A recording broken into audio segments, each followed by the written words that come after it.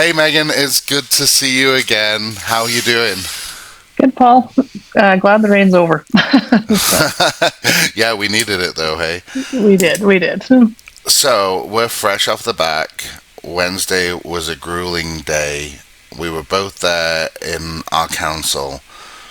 Again, just listening to what the developer had to say and listening to the council members, what they had to say, and then we got our whole 5 minutes. And I'll tell you from my perspective, that 5 minutes was not enough to fit in the things that we heard. I don't think an hour in response would have been enough for me to fit in the things that we heard. How did you feel Wednesday went? Yeah, Wednesday was a very emotional day, I would say. And I agree. I think the 5 minutes, the thing that bothers me with it is that it's not, you're allowed 5 minutes to speak, you're allowed 5 minutes to sort of, say your piece. But there's no sort of conversation afterwards, right? It's just you get your 5 minutes and that's over with, and it's almost like a checkbox. It's not really about working with residents and trying to necessarily really understand their concerns. One of the things that really bothered me on Wednesday was I noticed a few council members use that opportunity actually to try and, maybe discredit or support the developer in some of the questions that they were asking back to the residents. And I found that really concerning.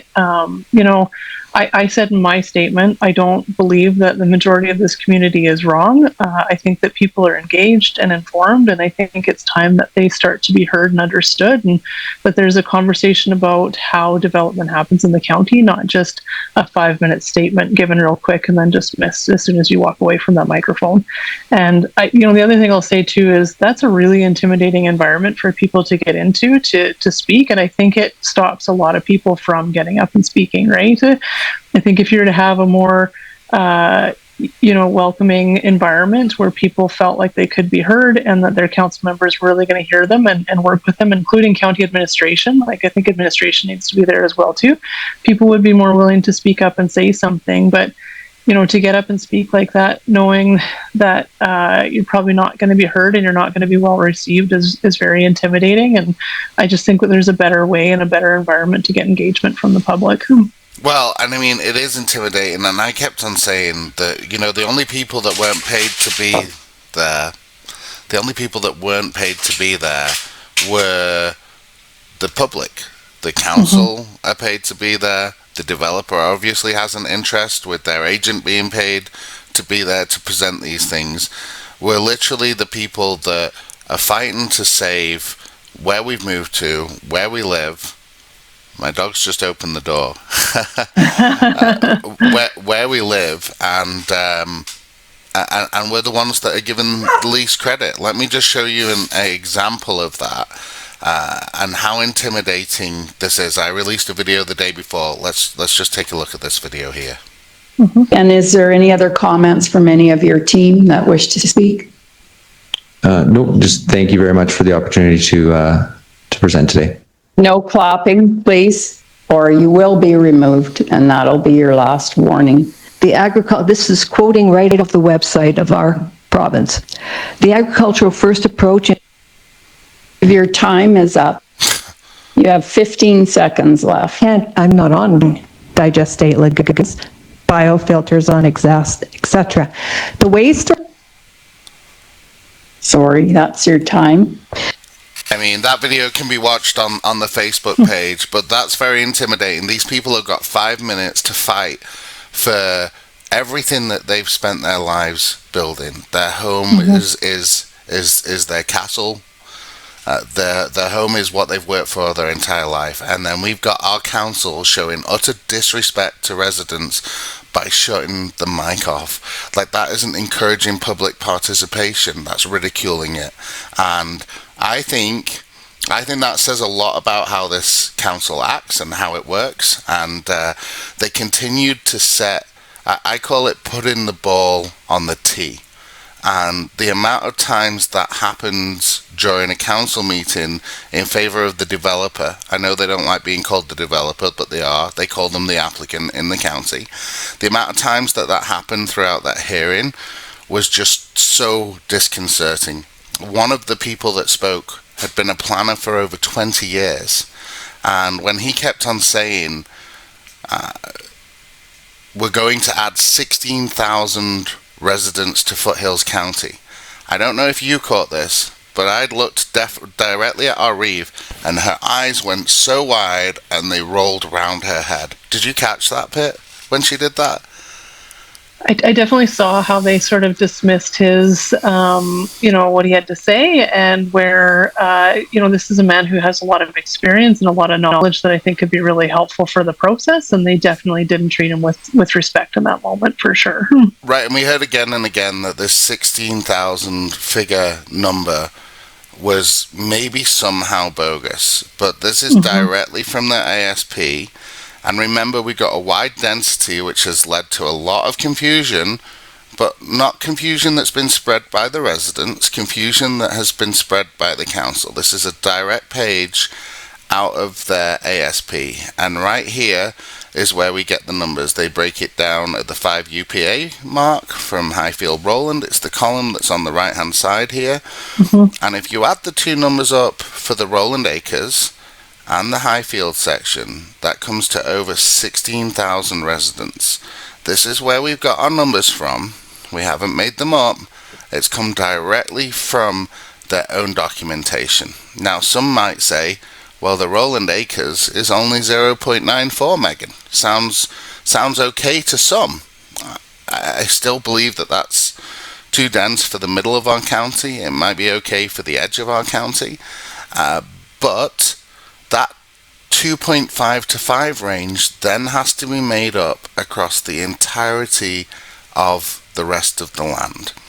Now, when we sat down at this meeting, just for people that didn't get the chance, here was one of the slides that the developer had presented. And you can see here there's two areas. The top left one is Rowland, which they're slating at 0.94. And the one to the right is just a section of the Highfield development side. And I think that they were selling that one to us at 1.9 units per acre. Now, if we go to the upper echelon of this plan, that means that the remaining lands have to make up that 5 units per acre across the rest of it. I can't even begin to calculate what the density would be there, but it would be far greater than 5. And even at the lower level of 2.5, you're going to have to, in the area structure plan, you're going to have to make that up across the other areas of the land. It's not us that's getting the figures confused, it's our council. And the developer is telling us the council set the density. When I was at their open house, Heather Hemingway told me we've been pushing the developer for the density, and that's why they came up with the Rowlands at 0.94. Whose plan is this? It's a really good question, because we definitely get, the finger pointing between the county and the developer, the applicant. And, to my way of thinking, this information should be very black and white. Like, we shouldn't have to guess. We shouldn't have to be made to think that we are misinforming people when it's right there in their application. But the information should be super black and white. They're facts. They're not an idea or a high-level plan. They're facts. And I just don't understand why things like the density and whatnot are not being just very black and white, that this is the density that's being proposed, so that everybody understands. I do get frustrated when we're trying to mislead people with this information, when the reality is we are just using information that's been provided to us. And I don't understand how the county feels that that's okay either, right? Like, as a council, why would you not want this information to be factual? Why would you not want to know exactly what it is that we are approving and that we're asking the population to have input on? Right, and let's look at that. So we've gone through a whole area structure plan, first, second, and third reading. We know what's in the documents. The density range is between 2.5 and 5. Let's find out one of the questions that one of our councillors asked. Remember, they voted on this. They should know after going through all this stage. Deputy Reeve Waldo, go ahead. Excuse me. Thank you very much, Madam Chair, and through the chair to the applicant. I'd like to talk about density for a moment, if I could. There's been some numbers discussed and presented. I'm looking at a Facebook page from the weekend that talks about the public hearing for rezoning to allow for a population of over 16,000 residents on our doorstep on it's June 18th. This morning, we discussed and presented both by you and our planning department the densities. And so just if I summarize, or for my own clarification and understanding, suggested that Roland is capped at 256 lots. And then there was a bit of a range, and you had a complete chart of range, 2.5 to 3. We heard that Heritage Point or Heritage Lake is 3.8 units per acre. So taking all that into consideration, looking at the document, if we're taking 3 units per acre, which is less than Heritage Point, and certainly not the density when people talk about high density. I mean, I look at driving up Stony Trail in Calgary at the north end, and those 2 and 3 and 4 story apartment buildings, that has to be at least 20, 25 units per acre. That's not what we're talking about. So rounding up in both Roland and Highfield, to me, it looks like it's 1,400 lots between both for about 3,800 population. Is that, am I reading that correctly? And it's nowhere near 16,000? Thank you, Mr. Councillor, and through the chair. I'm going to spare you guys listening to the developer, but they claim that the 2.5 range of this density, it's 7,200-ish population. How have we got to the third stage, and how does our Deputy Reeve not understand what he's been voting on? Yet they've been silencing the mics of residents. Now, correct me if I'm wrong. Correct me if I'm wrong here. But I feel like that is a form of corruption. To be taking out your voice of your residents, which is part of the whole process in this. This is our one chance to speak. You're at the third reading you've gone through 3 readings of the area structure plan that you approved, and you're asking for clarity on the figures, and you think we're spreading misinformation. Yeah, it's it's the highest level of irresponsibility for sure. Nobody forced him to take that job. He ran for the job. He was elected for it. He's a public official, and he should take his job more seriously than that. And he's going to speak in support of these population numbers. The very least he could do is make sure that his information is correct, and then certainly not try and state that folks like you and I are wrong, because we're not. And that conversation proved it right there. And I find it very concerning that we have council that has, like you said, they voted on this. It's a done deal. It's approved, and they appear not to have understood what it is that they voted for, right? And this development is like nothing we've seen in this county, right? Like this isn't a kind of copy and paste of somewhere else, or just a little bit bigger than one of these other developments that we've seen. This is like nothing we have seen before. And between 7,000 to 16,000 people, that information comes from their documentation and comes from the conversations that we've had. And it's very possible that we could end up with a population of 14, 15, 16,000 people down the road, because these developments take years to happen, right? Mm-hmm. So I'm just very concerned that we have council that don't take their public service serious enough, that they think that they even need to have this information correct before they speak or vote to approve something.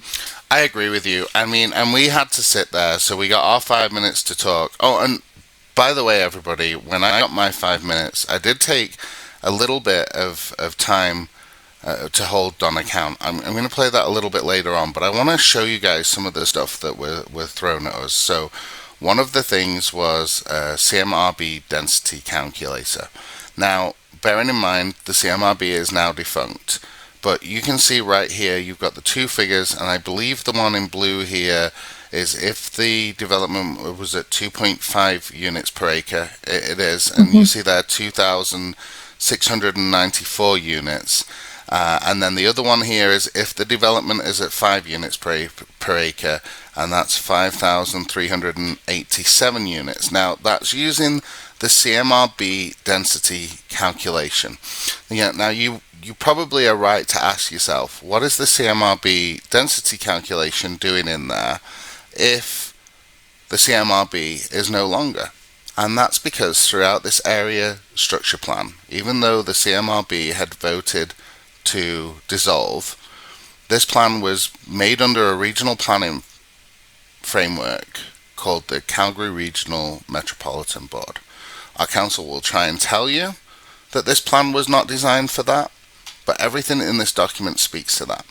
When one of our councillors tried to remove the wording, which would have helped some of this confusion from the document, our Reeve said that she wanted it left in because of how hard she had fought, I believe is what she said, to get rid of the CMRB. Now, planning documents aren't a place for legacy. They shouldn't be a place for legacy.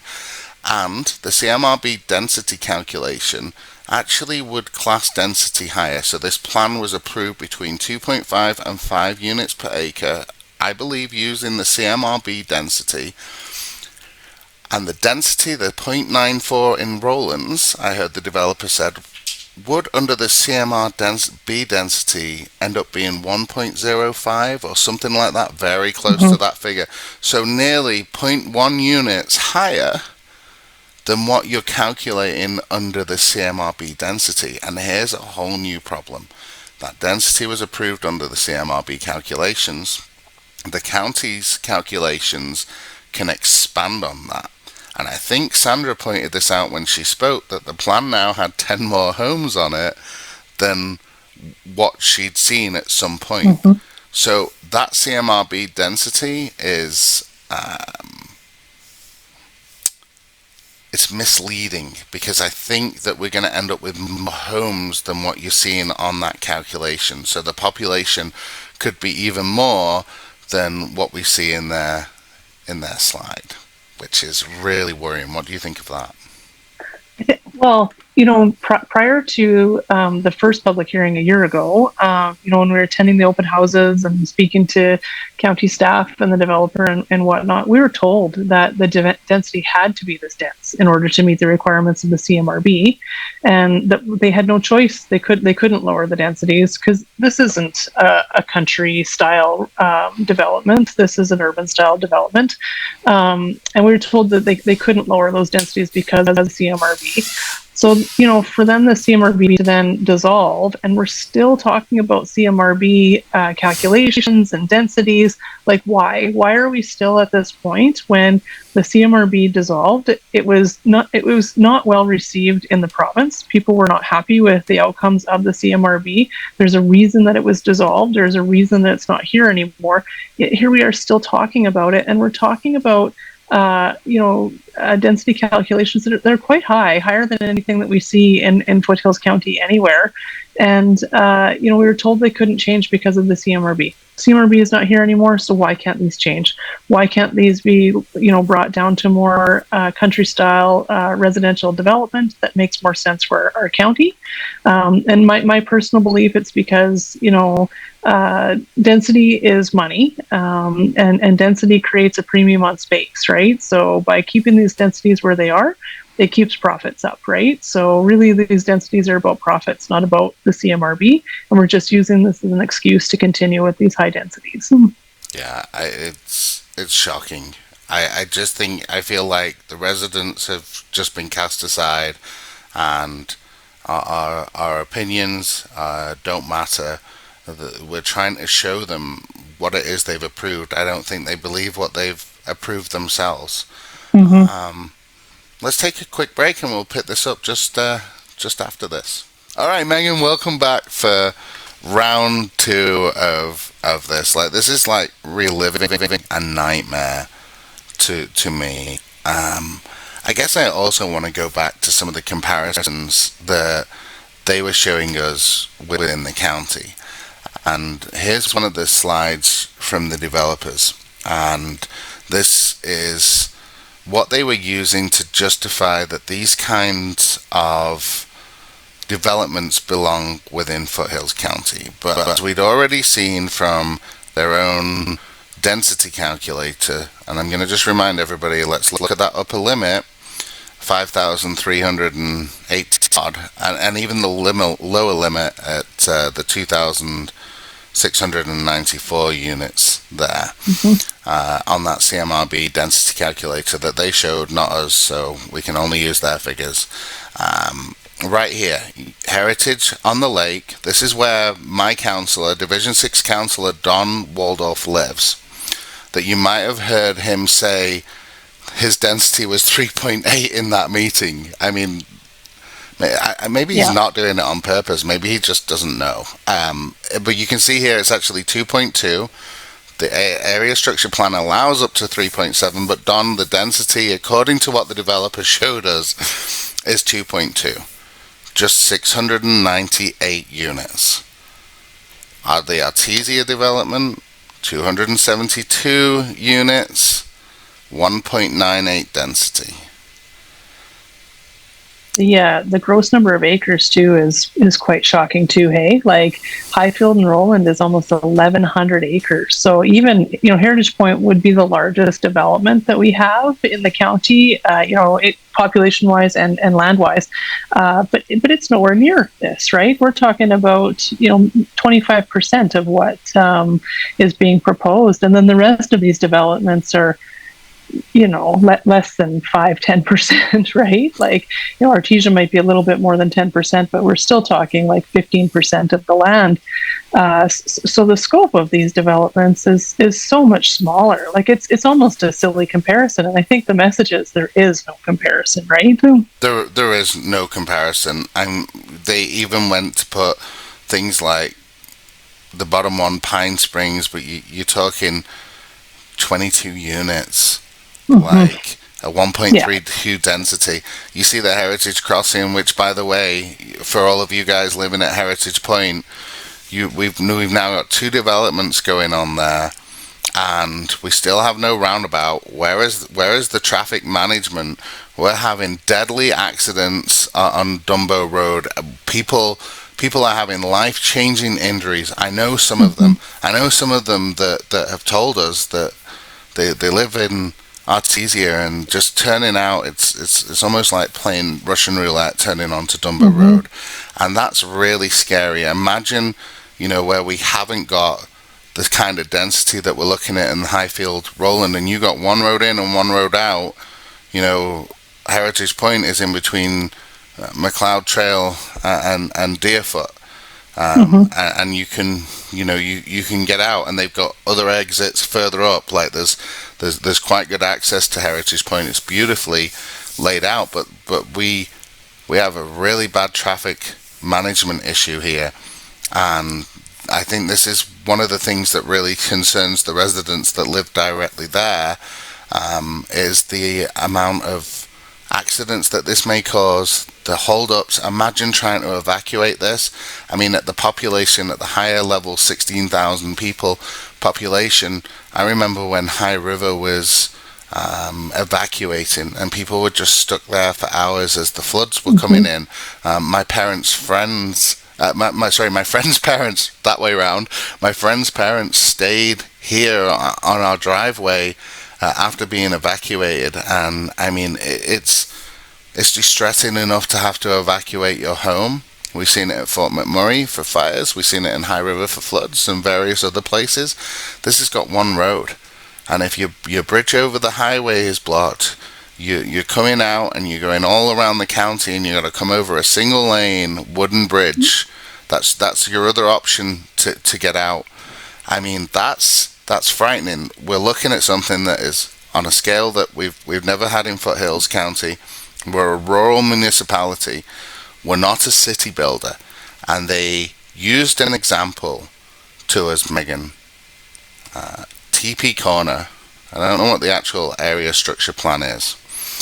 and they brought up the figures, and they said, on these figures here, I'm just going to make them a bit bigger. 40 units per hectare equals 98.8 units per acre, to show how dense that is. And then they have the other figure there, the 50 units per hectare, working out at 123 units per acre. So the 5 units per acre doesn't sound so bad if we're at 123 units per acre, except there's a problem with that math. Yeah. The city of Calgary, watch out, 123 units per acre is coming your way. When I saw that, my head tilted, and they were very serious presenting this to us, and that looks terrible until you realize that you actually are multiplying here to convert hectares into acres, and you should be dividing that units per acre. So, you end up somewhere around, I don't know, the 20 mark units per acre. I mean, that's quite the and they're presenting this information, and it was staggering to see that kind of units per acre, and that they believed that the city of Calgary were building to that. They could have chosen somewhere like Aspen Woods, which is 4 or 5 units per acres, or many other parts of the city that actually are very similar to Highfield and Roland. And I think that would have been an honest comparison, because that's what we're looking at. We're looking at city-style building that they keep telling us the cities wouldn't accept, but they're all in the cities. You're like, you guys go check. Don't take our word for it. And they're using this crazy density figure, which at 21 it's high, right? But you got full city infrastructure. You've got hospitals. They had 3 schools. They've got servicing in that area, shops, jobs. All the jobs calculations were in with this. Here at Highfield Roland, you got some home-based businesses on a high street. Not sure what that's going to look like, but nothing like what we're seeing here. And we're the ones that wrongfully concerned about this. That's what we keep hearing from our council. Like, how does that make you feel? Not the ones. Well, and we're told all the time, about how we're wrong, that it's not this. The high end of these densities, yet the people, that this is their profession, right? This is the agent, the developer, the applicants. This is their profession, and they spread misinformation by presenting information like this. And I believe that when they did that calculation, they made a mistake. We all make mistakes, but I think the funny thing is when they made that mistake, it justified what they were trying to do in such an extreme way that they were happy with it, and they didn't think to themselves, I better go double check this, right? And yet this is their profession, and as a professional planner, I would hope that you would know how to convert density for hectares to acres. But then to question the public when we're saying, there's potential for 16,000 residents, when that's exactly what we've been shown. And, that's not a miscalculation. That's not misinformation. That is right there in the documents. And then the applicant themselves are just spreading misinformation. It's super frustrating. And again, I go back to, these are facts. They should be very black and white, and they should be, consistent, right? Instead, we see so many different figures all the time. No wonder everybody's so confused. Well, and there's so many different figures. I mean, this has been through quite the process. It's hard for us to know what the council has voted on, because we've not been sat in all of the sessions that they have, and we can only speak for 5 minutes. And I think that there's a deeply flawed process there, where your residents are telling you you're obviously not listening, because you still don't know how many people you're voting in. You don't know the density of your own neighborhood that you represent on council. I'm talking about my councillor, Don Waldorf here. And we're just meant to sit back and take it. And look, I held Don to account for that.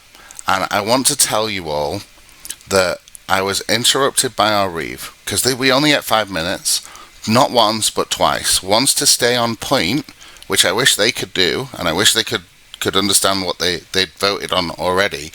But a second time to threaten to remove me. So I just want to play that video. Thank you, Madam Reeve and Council. I have a prepared statement, but first of all, when I've been hearing the information that's been presented us today, and I heard my councillor state some figures that were way under what the developers stated, I wonder if you know what you have been voting on. I think you said 3,600 residents, and they said a minimum of 7,000. It's very, very discouraging that we got here today, and it's double the amount of numbers that some of our councillors believe they were voting on. And I would ask you to go back and look over all of the documents before we go any further. Anyhow, when I hear councillors ask, what is the best use of land? 413 lots carved from 3,000 approximately, 3,083 acres, or 1,000 acres service development. I can't help but point out how deeply flawed that question is. Because once you urbanize farmland, you never get it back. You're not just changing zoning, you are permanently removing it from Alberta's agricultural base. You are trading soil for sewage. And that is a one-way decision. That land will never grow food again. I live on 5 acres. I've raised chickens. I've grown food. If we ever needed to, I could farm nearly all of my land again, aside from the footprint of my home. And I'm not alone. Across Foothills County, there are hundreds of similar large acre parcels. Most of that 3,083 acres of land that you spoke of could be farmed now or in the future. It's flexible, productive land that still holds agricultural value. But once you approve a city with sidewalks, sewers, traffic, and noise, that land is gone for good. That choice is final.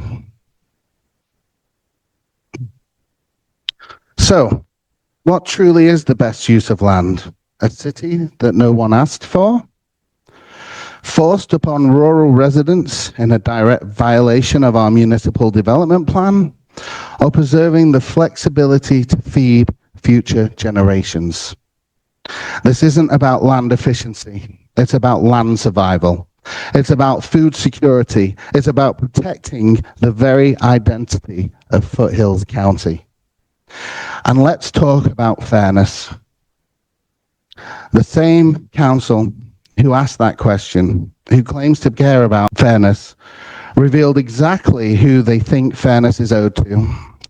When another councillor tried to raise concerns, they jumped in to say, that's not fair on the developer. Going to call a point of order. Let's stay on task with the land use application here today, okay? Thank you.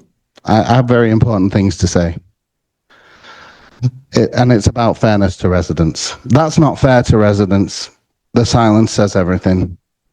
When a councillor rushes to defend a developer but won't spare a word for the very people who selected them, they have forgotten who they serve. This is no longer a land use issue. This is about loyalty. And it's because of you, Delilah Miller, that I bring this forward today, because those were your words. And you will be removed if you bring up an attack on a specific councillor again. I'm not attacking a councillor. I'm just repeating words that they said. If you don't stand by those words, then I can withdraw right now. But those were not my words. If you don't like those words. To discuss land use. And this is all about the land use and how we've got here. You've got if I could finish. Left. Thank you. This is no longer just about land use. This is about loyalty. You and others on this council have forgotten who you represent.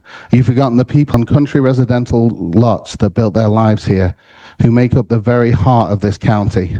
On October 20th, you'll be forced to answer to us. And let me tell you, that day cannot come soon enough. Why do we still have no density numbers? And why Are we at land use change? Why? The developer has told me the county sets the density. Heather told me the county pushed for the density figures at their open house. And on a podcast, the developer said the county approached them to develop the Roland section of the land. So who's telling the truth? Because from where I'm standing, this doesn't look like a developer's vision. It looks like yours. What are you doing? Who are you representing? Because it sure as heck ain't us. Any questions? I don't see any, so thank you for your comments.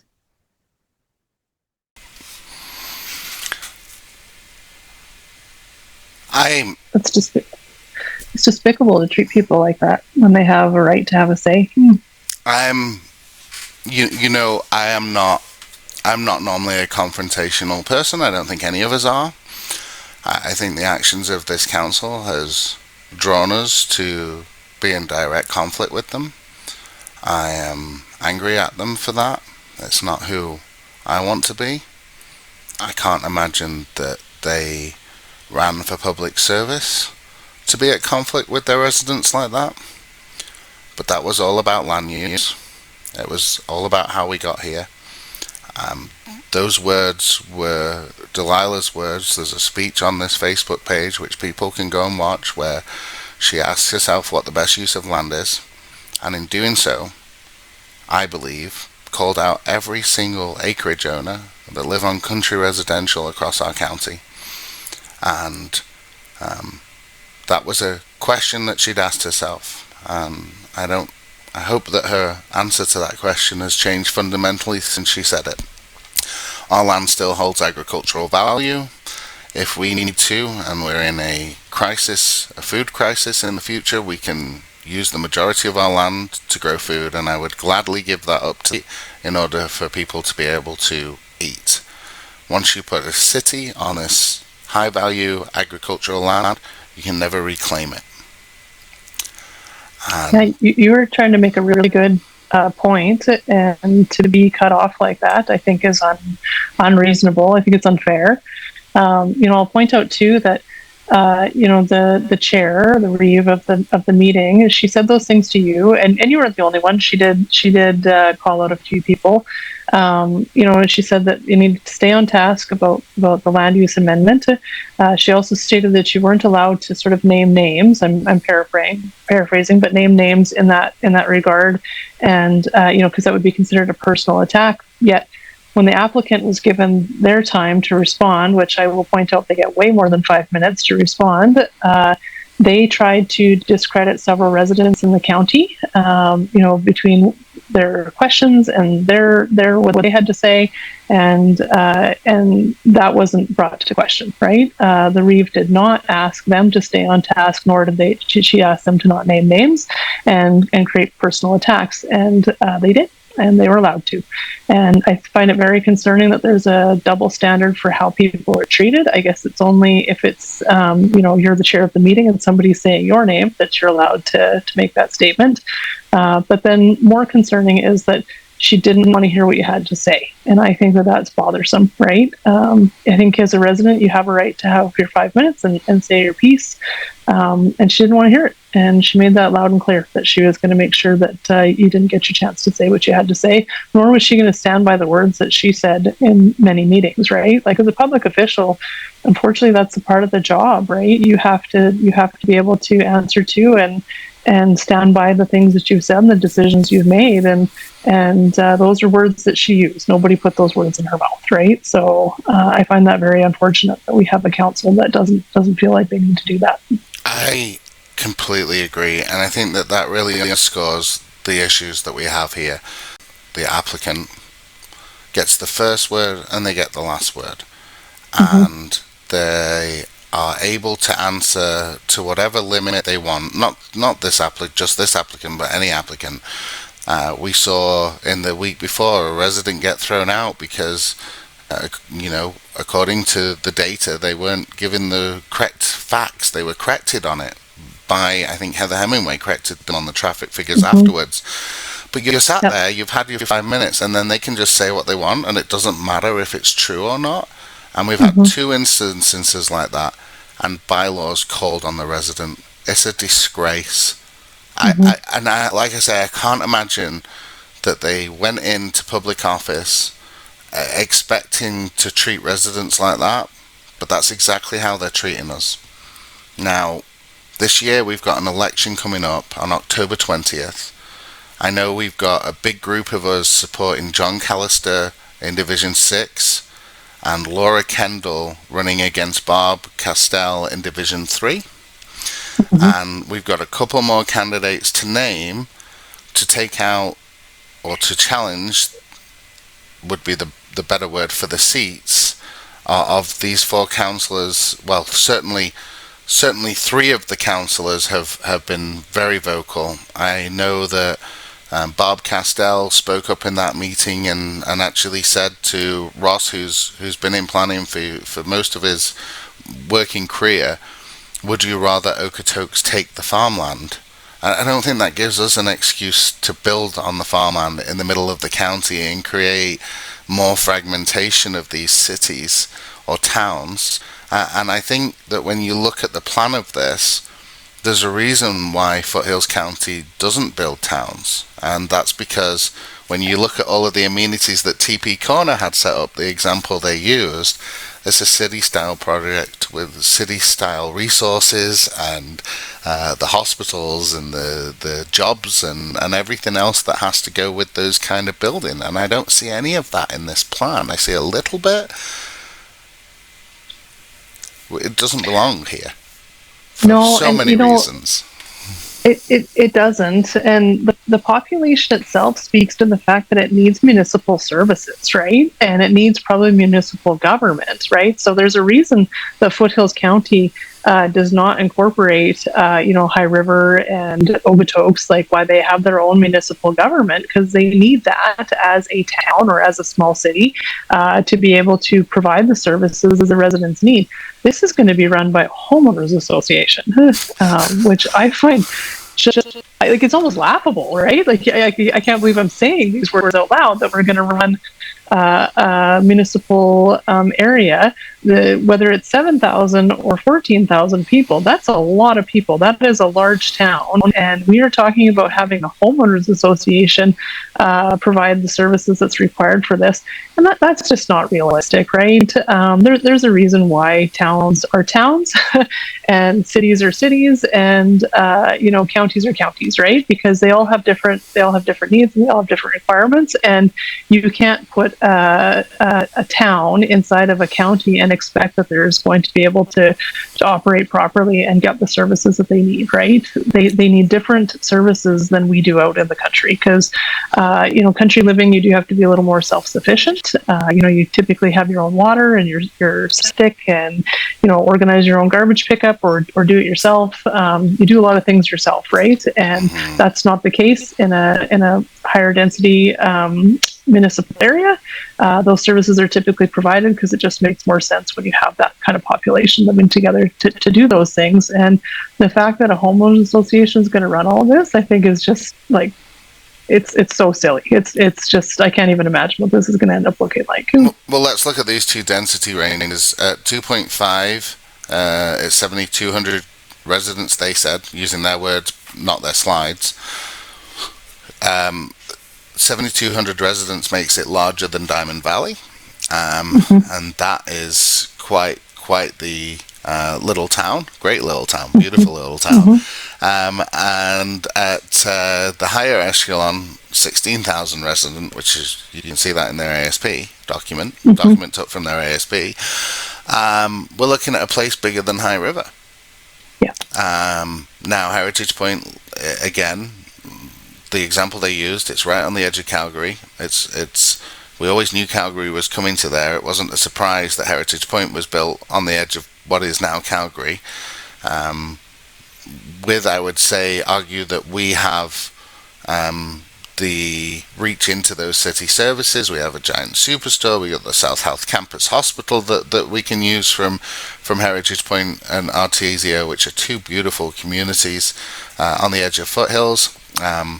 I believe it was kind of a line in the sand for Foothills that if Calgary was going to take any more of the farmland, it would have to pay handsomely to take over this area. I've spoken about that with some of the councillors, and they tended to agree that it was the boundary set for Calgary. So we stopped Calgary crossing the river unless at great expense to them. Go elsewhere. Calgary was, I guess, what the Foothills were saying. We did that in Okotoks. If you look at Greenhaven Acres, we butted that. That's a Foothills building area. We butted that right against Okotoks. The council, I believe, has put a windbreak on Okotoks expanding out to the east, and now we want to build a city to their east. None of this is making any sense. What do you think the actual motive? And I've thought about this a lot, but what could be the actual motive for wanting to put this kind of urban development into Foothills? Something like we've never seen before. Yeah, I think a big part of it is to pay for this water and sewage treatment that has been done in the area. I think when it was presented to everybody in the county, it was presented a lot differently. It was meant for the industrial corridor. It was meant to, service that. I think it's been a lot more money than was originally planned. So I think that there's a component of that. I think the fact that the developer owns a good chunk of this land is also driving this, right? The developer owns the Highfield portion of the land. So, there's a monetary gain for the developer that he doesn't have to buy the land because he already owns it. I think that's a huge component of this. And I think, unfortunately, that's the land that's on the east side of the river. And, there's been lots of talk about, that should stay as farmland. And I don't disagree with those farmers.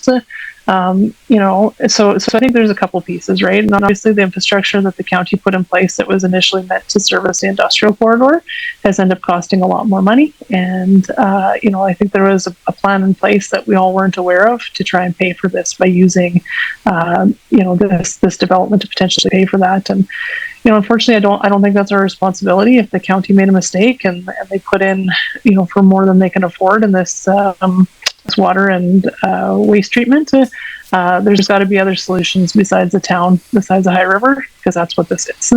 Well, and it's frightening because the residents of Foothills County right now don't need this. We supply our own water. You're right. I heard the meeting. It was for the industrial corridor. Just recently, we upped our spending because I think it went over budget. They just approved another $6 million, bringing the total amount to something like $46 million that this has cost Foothills County now.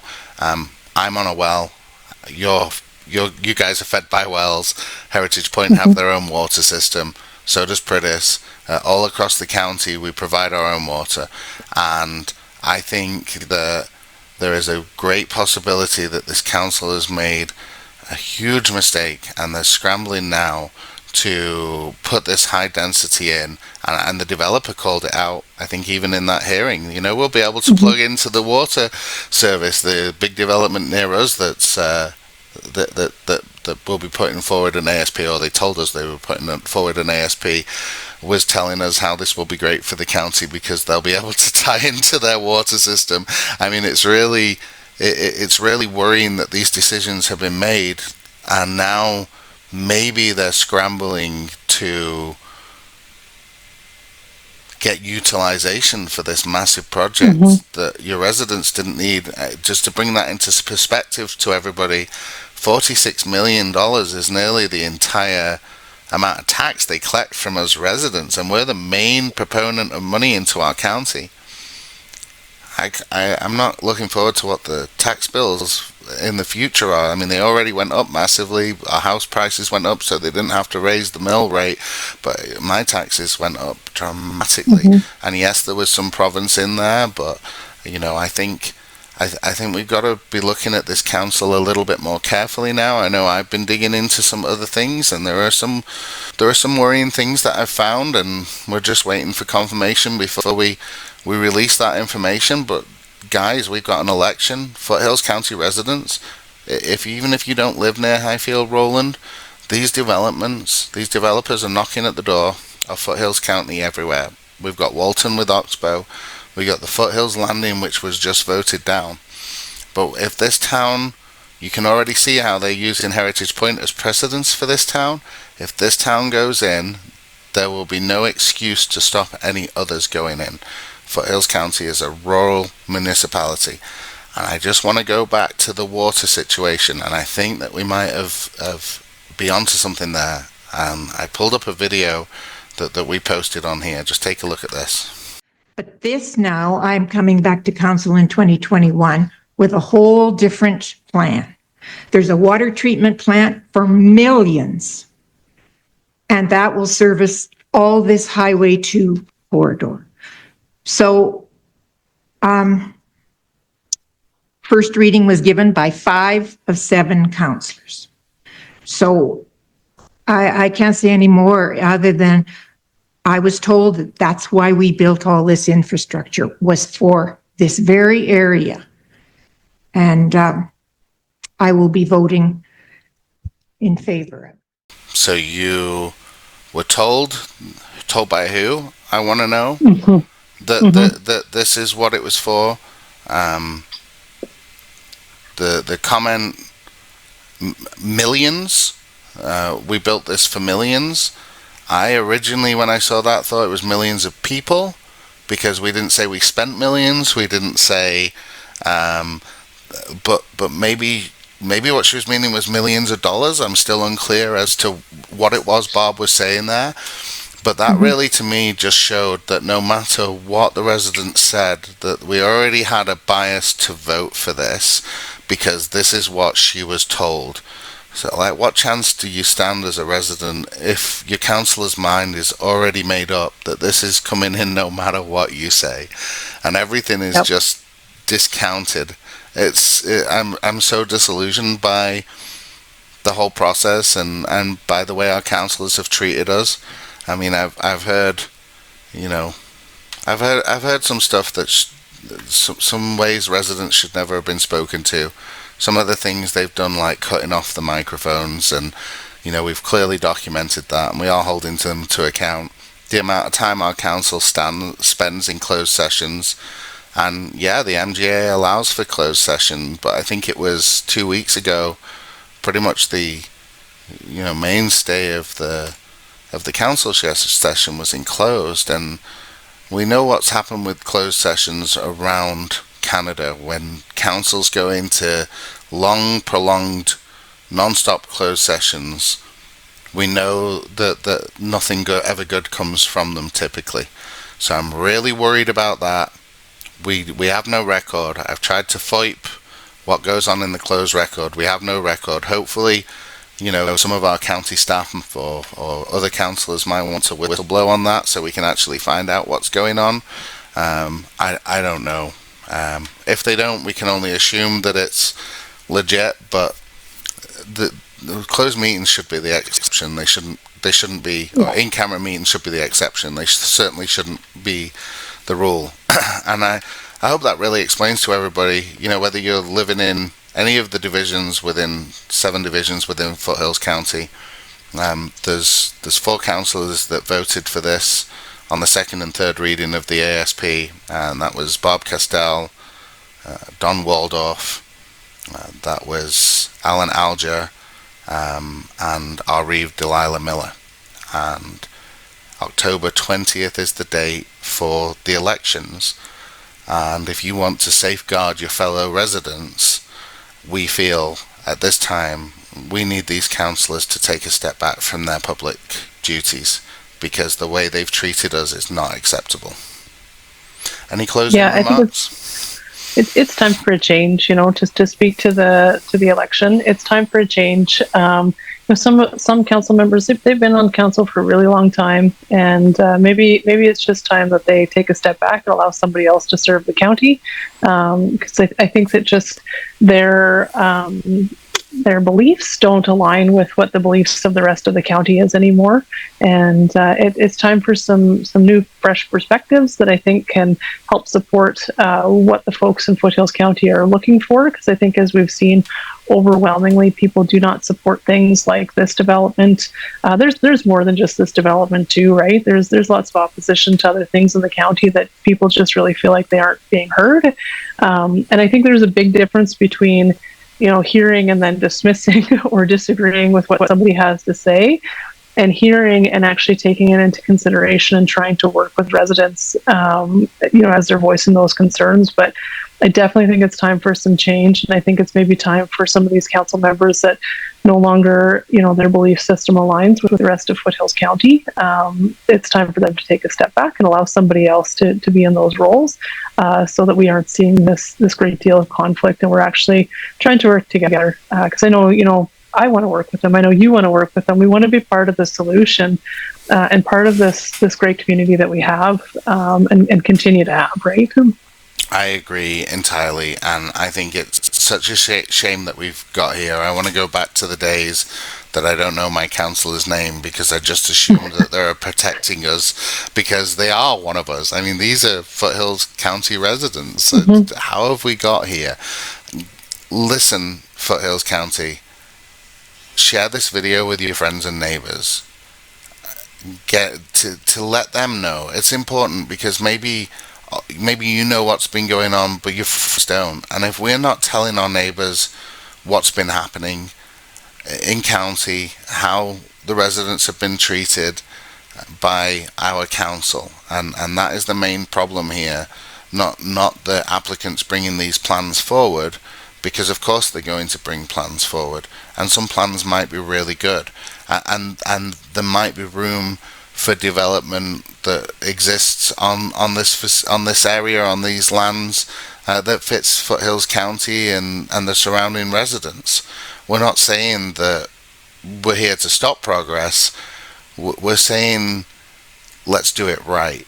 And I'm worried about the residents that might move into the area when we don't have this plan right, when we have 16,000 people using the facilities of Okotoks that are already being overburdened with their own problems, or the hospital in High River. We got to build the infrastructure before we bring the people. Our rivers have been at historic lows, our water supply is under threat, and what good is bringing people in if we simply just can't provide them with the basics of life?